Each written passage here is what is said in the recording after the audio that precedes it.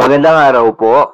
Narito na po magiging lagay ng panahon ngayong araw ng Lunes, August 19, 2024. At latest update sa bagyong Dindo at low pressure area na nasa labas ng Philippine Area of Responsibility.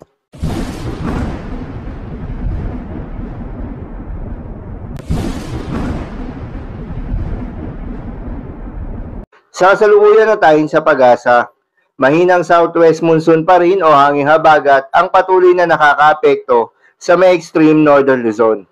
Kaya naman nasaan ang maulap na kalangitan na may kalat-kalat na mga pagulan at thunderstorms. Habang mga localized thunderstorms naman ang aasahan sa nalalabing bahagi ng ating bansa.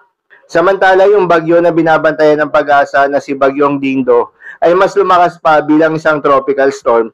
Ngunit kaninang alas 8 nga ng umaga ay lumabas na ito ng Philippine Area of Responsibility. Huli itong namata ng pag-asa sa layong 670 kilometers northeast of Itbay at Batanes. Taglay ang lakas ng hangin na umaabot sa 65 kilometers per hour malapit sa gitna at pagbugso na umaabot sa 80 kilometers per hour. Kumikilos ito na mabagal pa northeastward. Si Bagyong Dindo ay wala namang direktang epekto sa anumang bahagi ng ating bansa, maliban lang sa hahatakin nito ng bahagya ang southwest monsoon na siyang magdadala ng mga pag-ulan sa ilang bahagi ng ating bansa.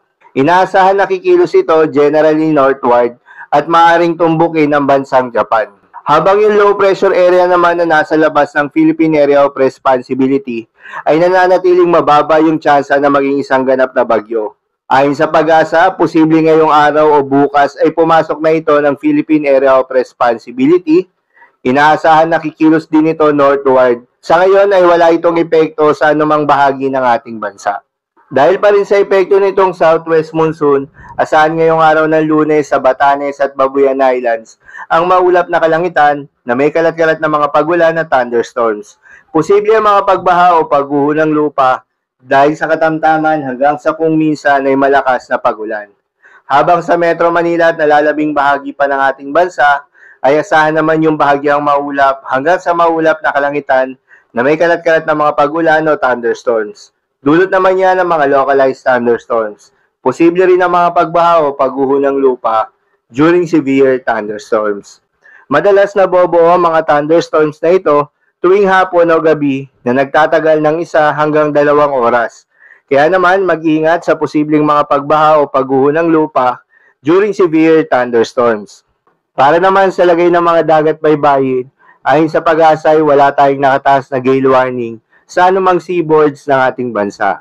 Kaya naman malayang makakapamalaot yung mga kababayan nating mangingisda at yung may mga maliliit na sasakyang bandagat. Dahil inaasahan yung banayad hanggang sa katamtaman ng mga pagalon. Ngunit iba yung pag-iingat pa rin, lalo na kung meron tayong offshore thunderstorms activity, asahan pa rin yung tsansa ng malalakas na hangin at kaakibat nito ang bahagyang pagtaas ng mga alon. So, yun lamang po para sa lagay ng panahon ngayong araw ng Lunes. Keep safe everyone.